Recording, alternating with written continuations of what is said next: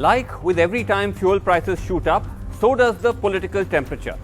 Now it's the BJP's turn as the party in power to be at the receiving end. Just as they cornered the Congress-led UPA when the BJP was in the opposition, now it's the opposition's turn to take on the government on the streets and online on surging prices. The government has passed the buck to the oil companies, Indian Oil and the like, for the hike, saying that fuel prices are not government regulated anymore and so they can't be blamed. It's up to the oil companies, the government argument goes, to fix prices based on global prices of crude oil, which is used to refine petrol. But first, let's just listen in to the finance minister there. It is the oil marketing companies of India who will have to say whether they want to cut it down, whether they have to go up, because technically the oil prices have been freed. Government has no control over it. It is the marketing companies which import the crude, refine it, then distribute it, put the cost for logistics and everything else. But as I said, do the numbers bear out the claims by all sides, centre, states, the oil companies? Because remember, if you look at the numbers, it's actually showing that global fuel prices are dropping, but in India they're rising. Global crude prices have dropped 15% from January of last year to January of this year, but in that same period, fuel prices in India have gone up anywhere between 7 to 11%. Let's look at the actual numbers. In January 2020, global crude was at about $64 a barrel, has fallen to about $55 a barrel this January. While in India, petrol prices, and this is benchmarked to Delhi, have risen in that same period from 75 to 84 rupees.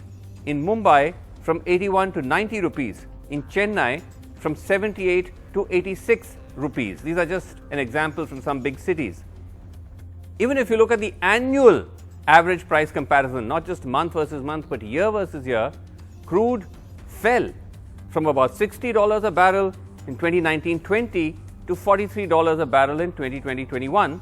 In the same period, the prices went up from 73 rupees to 80 rupees. This is again benchmarked to Delhi.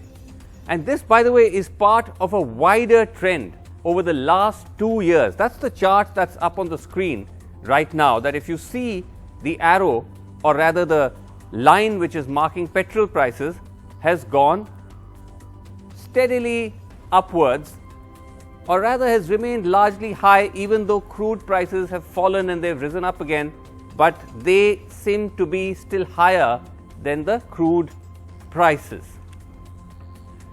Now let's understand what exactly is pushing up the price. Again, going back to this argument that the centre, the states, everyone washes their hand off it. The base price of petrol, the price at which it is sold by the oil companies to the fuel stations, the retail end, is roughly about 32 rupees right now. But then comes central excise added to 33 rupees, state VAT, VAT adds another 21 rupees, commissions, etc. are a small portion, and that's why if you live in a place like Delhi, you will end up paying 90 rupees for a litre of fuel as of 16th of February. So in fact, central and state taxes make up almost 60% of the price of fuel. The centre's the lion's share, almost 40% of that, and the state government is about 23%.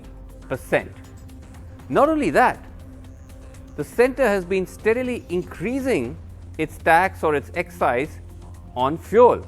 According to the Indian Express, in early 2020, it used to charge 20 rupees a litre. Now that's risen to 33 rupees a litre. So what about that claim of the finance minister that we have nothing to do with it? And even with the states, it's the same. Let's look at the top 5 states with the highest petrol prices right now, and let's look at how much they load onto it. So in Madhya Pradesh, where fuel is 99 rupees a litre, you have a 33% state VAT plus a 4.5 rupee per litre VAT plus a 1% cess. In Maharashtra, where again it's almost close to 100 rupees a litre, 26% VAT plus a 10 rupee or so per litre additional tax. In Rajasthan, which made headlines as the first state to hit the 100 rupee mark, 36% VAT plus 1.5 rupees a litre road development cess. Telangana, 94 rupees a litre, 36% VAT. Karnataka, 93 rupees a litre, 35% sales tax. All of this is because many people have pointed out that tax from fuel is a very important contributor to the income of center and the states, and that has only gone up.